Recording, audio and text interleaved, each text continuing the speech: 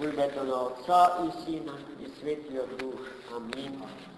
Возлюбени во Христа Бога, братья и сестры, Христос воскресе! Истина воскресе! Христос воскресе! Истина воскресе! Христос воскресе! Истина воскресе! И радост ни донесе, ја донесе радоста од денешниот празник во кој што молитвено си спомнуваме на нашите најсвети покрстители и просветители народот словенски, Методи, епископ и Кирил монах. Двајца родени браќа Солуњани по крв Грци, од угледна солунска фамилија, која што родителите на двајцата браќа, односно таткото, бил првиот човек на градот Солун во свое време и благодарение на тоа тие се стекнале со високо образование. Методи био имал висок воен чин, работел во струмичката област, а Кирил студирал на Цариградскиот универзитет и таму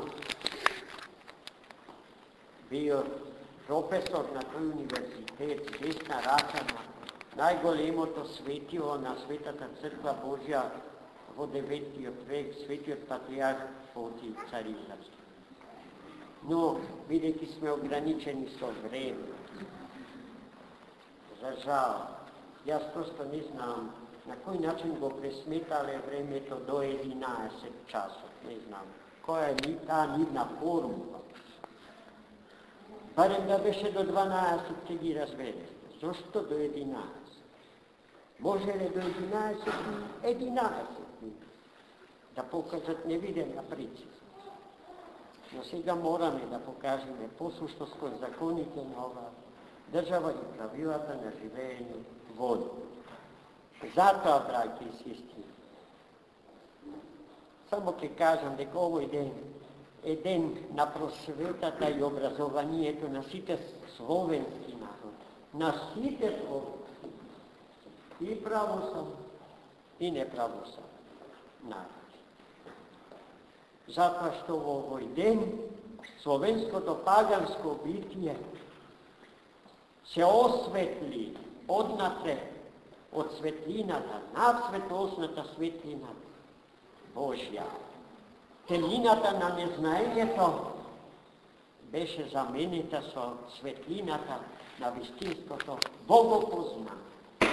И тоа е најголемата заслуга на светите браќа Кирил и Методи и нивните свети ученици.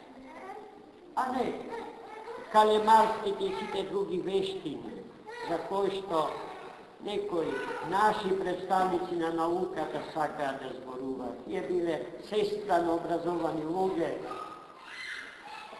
Патриархот Цариградски и Василевсот византиски ги испрачале во разни мисии. Да се сетиме на хазарската мисија.